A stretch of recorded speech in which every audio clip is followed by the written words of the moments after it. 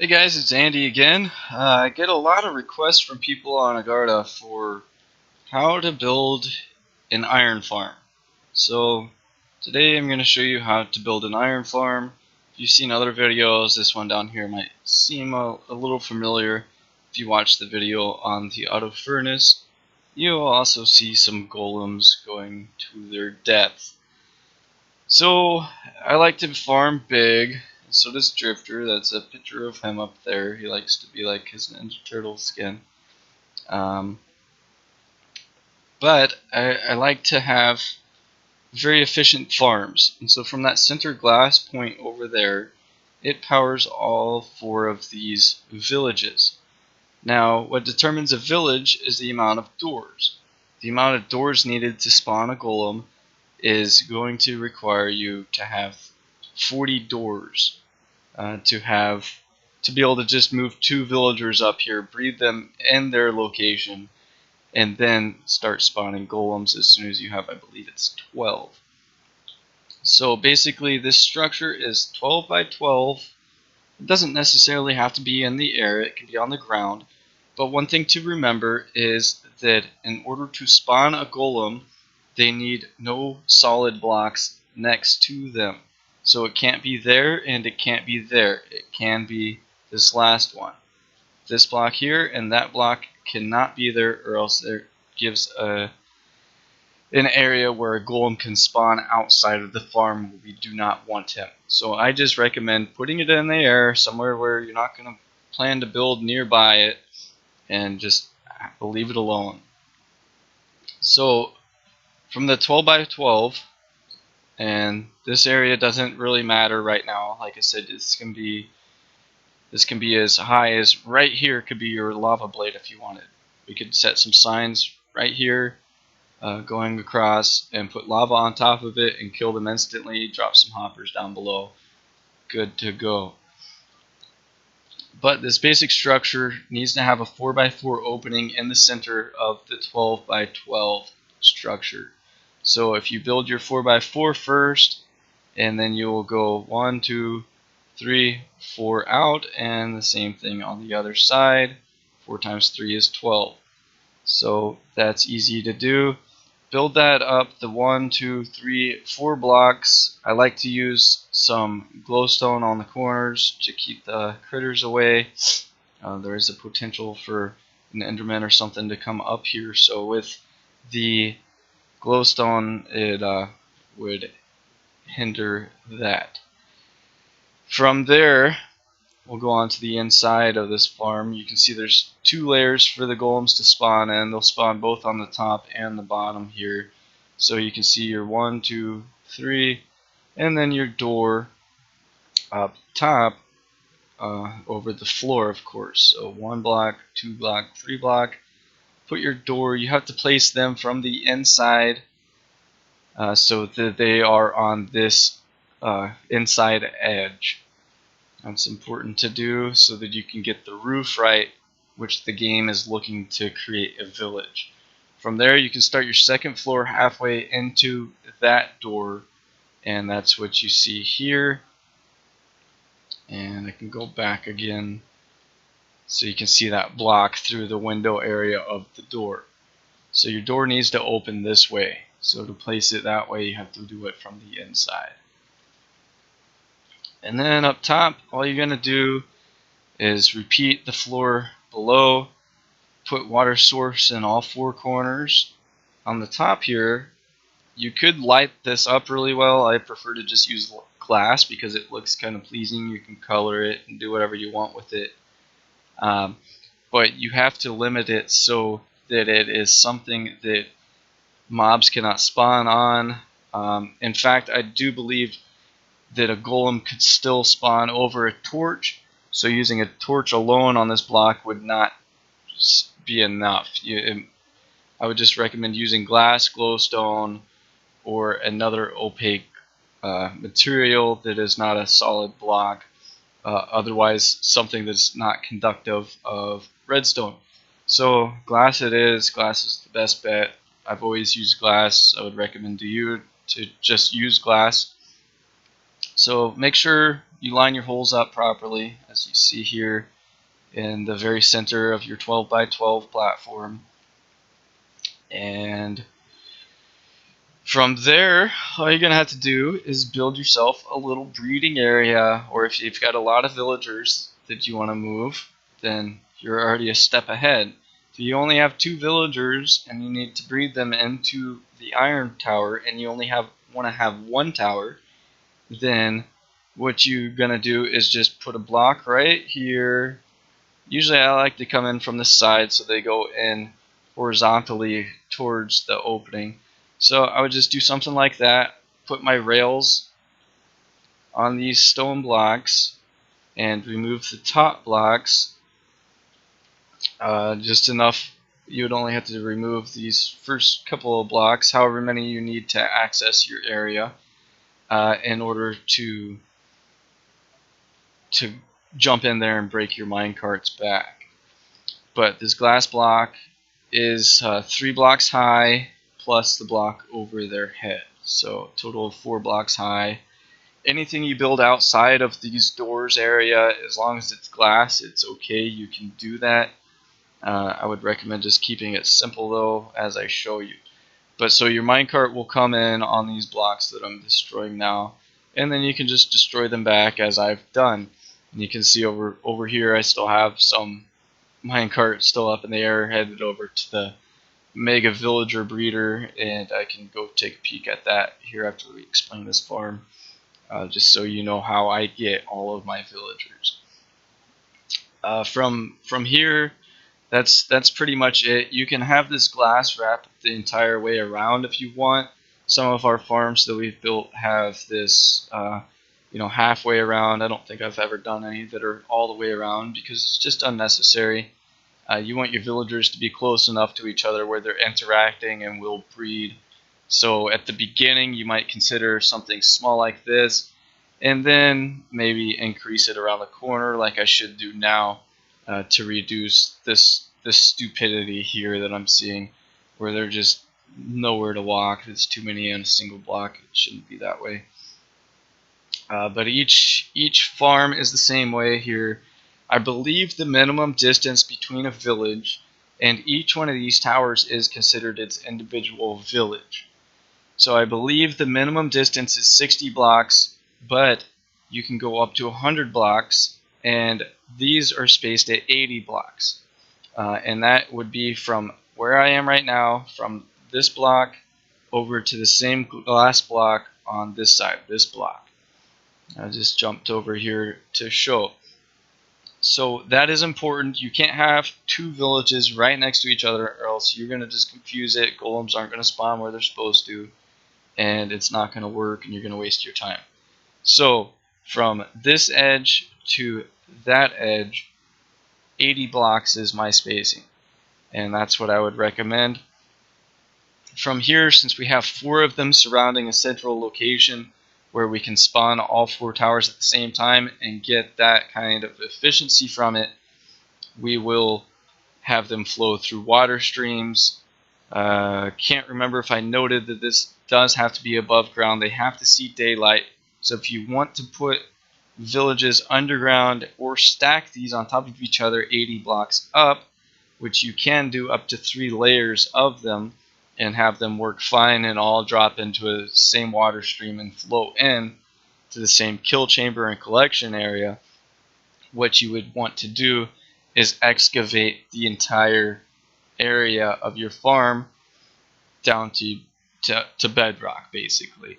Just take it all the way down and make sure to leave room for the collection area. I'll show you kind of how our collection area is here. So this is the basic level of where the golems flow on, and down below is the kill chamber, which you can see is contained by signs. So it's basically just signs on both sides of your 4x4 tube coming down, and place lava source on top. This farm, for instance, only has 1 lava source that's flowing, and that works. All you need is 1 lava bucket for this type of design. And I've altered this some, so now this is also feeding into my sorter. As you'll see in other videos, I have several of these same rail designs. and they all feed to the same location. So pretty much how we did that, I can drop down inside of one of these tubes and show you. It's very easy how to do this. Nothing super complicated. And since you don't need light down here, you can use normal glass. We use the glass on almost every farm, either glass or packed ice, or not glass, ice. Sorry, I said ice, but either ice, as you see here at the top of my screen, either ice or packed ice to increase the item movement speed. So items just move much faster, and so do the mobs. It helps them move along a little quicker. So this is just a water source until it ends, and then a sign to break up where your next source goes. It'll stop that source from going backwards, thus keeping things moving forward. Where you've seen the item stuck right there doesn't normally happen. If, for example, if we wanted this to move items solely and not the mob, we would put another source where this stone brick is and move another solid block back a block, and that would create a stream fully going this way. But for the iron golem size, this works for them, and they will catch into the incoming stream, moving them towards the kill chamber. So headed towards the kill chamber, it's just the same thing over and over and over again. And it's been quite calculated to find just exactly where the center was here. And what's going to happen is they just fall into the lava here, and they die. And since there's an air gap there, their items do drop below onto the hoppers. So below this lava source, all you have to have is 4 hoppers leading into a single chest if you want. And you can also do as little as just this. You can put it even just right here, put your signs, and then put your lava on this block right here, or any of the blocks at this level. So we're going to watch one die right now. I'm in his way. There he goes, and he's dead. The items have dropped into the chest, and the next ones have a chance to spawn. For the iron golems, for each tower you have, there's a chance of one to spawn every 6 minutes. And there's a couple of more coming in right now. There seems they're all pretty timed, close to the same. So that one's done, and here comes another guy. You can see him just kind of getting pushed along by the water, having no effect by the gaps in between, and no effect by the stream not moving items, though moving the mob at that location at the corner. So again, we'll watch this one go to his death and give me all of his iron. I think each one averages about 3 iron, maybe 5, up to 5 iron, between 3 and 5, and a couple of poppy flowers each. So it's a beneficial farm to build. Now for the breeding purpose, I'll go ahead and show you guys what I do for that. Now that you know each one of these is 80 blocks apart, and it's on a 12 by 12 base, and the rest of it is easily accessible in the video to just pause and rewind as needed. So we're just going to jump inside of here and see that there are just a ton of doors outside here. Let's see if I can just go through there again. I should have gone there first. So we've actually got 3 layers of doors here, and these are placed the same way. These are placed facing from inside of here and then placed on this block, and that'll place it this way. It might place it open, so you'll just have to close the door or whatever, and then just pretty much build it this way, exactly how I have it. It's super simple to do. So on the inside where you have your wall, just you can have a solid wall, and that's fine. Make sure to put a roof on here and have plenty of lights so the zombies don't spawn. They can breed no matter if you have torches or glowstone on the floor, so it doesn't matter. You can make this whole floor glowstone if you wanted. You don't have to use any glowstone if you want. You can just use all torches. Just light the place up really well so that they can so the zombies can't spawn, basically, because they will turn all of your villagers very quickly. So you can see here I've got some hearts going on. What's going on here is these guys, I've got a couple of farmers, and they're harvesting the crops over here and replanting them. And I'm going to do that manually myself real quick. So this isn't necessary 100% to have, but it does help out to have small farm plots of carrots and potatoes for your villagers. But for your baby villagers and for some of your other villagers that are hard to trade with, you can just give them a whole bunch of food. I believe each villager has storage for 10 stacks of food. That one's probably full. One of them picked it up. So what will happen is when you have a baby, they're going to throw that food item to the baby, helping it grow up faster, and then making it be more willing to breed. So giving them food does make them more willing. As you can see, a lot of these guys are willing. A lot of these guys, well, all but 2 of these guys in this village were raised from baby from this farm. And you can see these guys are over here harvesting now. These are my farmers. So when there's a baby, these guys are going to go around and give food to the babies. And with the amount of doors we have on this farm, there's a huge mob limit that we can have. If you look at my E here, I've got 49, or now it's up to 50 out of 146. So it's easily double. We could easily double the size of the villagers we have in here just by throwing food at them. First off, just the carrots and potatoes are recommended. You can also do wheat, but I would stray from it and just use the carrots and potatoes, because the wheat also has the seeds, especially if you're using some sort of automatic farm like we have up here, where they're harvesting it, gathering their inventory, and sharing it with the others. The other way to do this is to right-click on the villagers individually and trade with them. Simply just trade with it, suck it up with your materials and with the emeralds you get. Make sure that their trades refresh. As soon as their trades refresh, usually once or twice, they'll become willing to breed. And if you do that several times, you're going to end up with babies regardless of the situation, as long as you have at least 16 doors or so and at least the 2 villagers. So that's pretty much how my villager breeding works. There's a lot of other ways on it. I could talk about it for a long time, but I'm not going to. I'll go back to just the iron farm, so I'll give you another view around of things. Make sure the block on top is there, because these guys can get struck by lightning.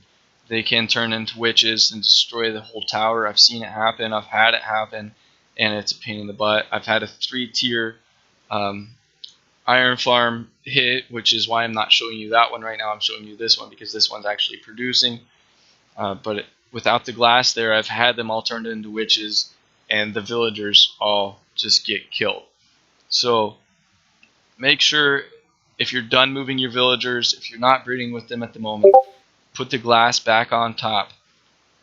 If you need to get it back in there, then break the glass, get back in there, and do it that way. But it is necessary. It's important, because lightning does happen unless you're in a desert. So unless you build this in a desert, and even then you might not be safe. So I would just do it anyway, and just make a habit out of it. So I hope you guys enjoy this. Ask me questions if you need to.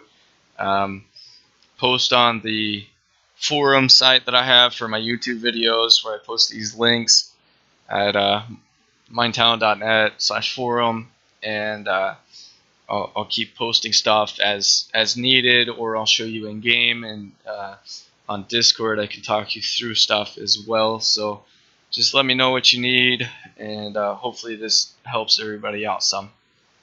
Until next time, we will see ya later.